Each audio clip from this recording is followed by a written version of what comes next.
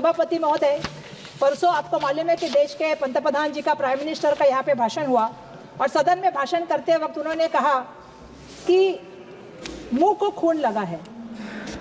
सम्मान्य सभापति महोदय, मैं यहाँ से कहना चाहती हूँ, एक और जुमला आया है, खून मुंह को नहीं लगा है, हमारा खून इस देश की मिट्टी में जो है वो शामिल होने का काम हुआ है। इस देश की मिट्टी में हमारा खून है। इस देश की एकता के लिए, अखंडता के लिए, लोगों के न्याय के लिए लड़ने का काम कांग्रेस ने किया है और हमारा खून इस देश की मिट्टी में है। सम्मान्य अध्यक्ष महोदय, मुझे यहाँ से कहना है कि स्वतंत्रता संग्राम से लेके, चाहे वो झांसी की रानी रहे, चंद्रशेखर आजाद रहे, टिप्पू सुल्तान रहे, मंगल पांडे रहे, इन सभी ने जो है वो देश के लिए खून बहाने का काम किया है।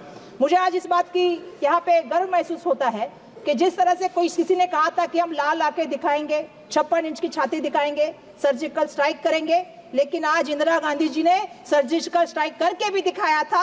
पाकिस्तान के 2 टुकड़े बना दिए, बांग्लादेश को जो है वो बनाने का काम इंदिरा गांधी जी ने किया है। मुझे आपसे कहना है, अगर लाल आंख दिखानी है, सर्जिकल स्ट्राइक करना है, 56 इंच की छाती है, तो आप बांग्लादेश में जो परिस्थितियां हुई है उसका भी आप जिम्मेदारी लो और उसको कैसे बंद कर सकते हैं, उसके लिए भी आपको आने वाले दिनों में काम करना पड़ेगा। सम्मान्य सभापति महोदय, मुझे एक चीज और कहनी है, अहिंसा के पुजारी और सत्य के पुजारी महात्मा गांधी जी की हत्या किसने की? उनका खून इस धरती में मिला है। सम्मान्य सभापति महोदय, जिन्होंने उनका खून किया, उनके कुछ लोग पुतले बनाते हैं, उनकी जयंती जो है उसको मनाने का काम करते हैं। ये सबसे बड़ी गलत बात है। सम्मान्य सभापति महोदय, जो फोटो भी आया था उनके सपोर्ट में जो लोग कटघरे में खड़े थे, वो किसके फोटो थे वो भी देश ने देखा है, देश सब जानता है। सम्मान्य सभापति महोदय, हमने देखा है कि देश में शांति रहनी चाहिए, तमिलनाडु में शांति रहनी चाहिए, श्रीलंका में शांति रहनी चाहिए, इसलिए ट्रूप भेजने का काम स्वर्गीय राजीव गांधी जी ने किया था। देश में अमन रहना चाहिए, ये उनकी भूमिका थी। वो खुद वहां पे शांति का संदेश लेके गए थे।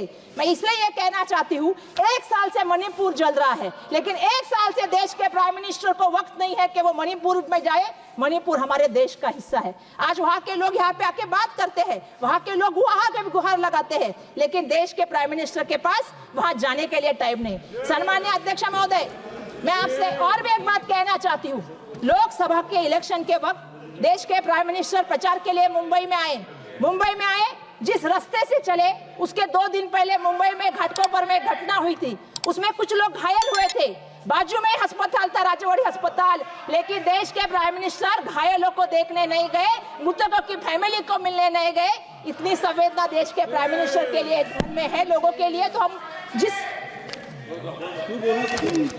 सम्मानीय अध्यक्ष महोदय, मैं आपसे कहना चाहती हूँ कि परम पूजनीय मानव भारत रत्न डॉक्टर बाबा साहब अम्बेडकर जी ने 1938 में बॉम्बे लेजिस्लेटिव असेंबली के बजट भाषण में कहा था, जो मैं यहाँ पे कहना चाहती हूँ। सम्मानीय सभापति महोदय, एक अमीर आदमी सरकार के स्वाधीन या आत्मनिर्भर होने की जोखिम उठा सकता है, ये मैं ये जानबूझ के कहना चाहती हूँ। सम्मानीय सभापति महोदय, यह गरीब ही है जो चाहता है कि सरकार उसकी सहायता करे। यह गरीबी है जिसे अधिक सेवा की जरूरत है। ये बाबा साहब ने कहा है और ये सत्य परिस्थिति भारत के बारे में उन्होंने कहने का काम किया है। लेकिन दुर्भाग्यवश आज मैं देख रही हूँ सम्मान्य सभापति महोदय कि आज उल्टी परिस्थितियां है। गरीब आदमी जो है वो संघर्ष कर रहा है और अमीर मित्रों को देश में फायदा देने का काम चल रहा है। गरीब आदमी रोजी रोटी, कपड़ा, स्वास्थ्य, जो ट्रांसपोर्ट है उसके लिए दिन ब दिन तकलीफ सहता है और अमीरों के लिए, दोस्तों के लिए मुनाफे के फायदे बनाए जाते हैं, उनके लिए कॉन्ट्रैक्ट बनाए जाते हैं।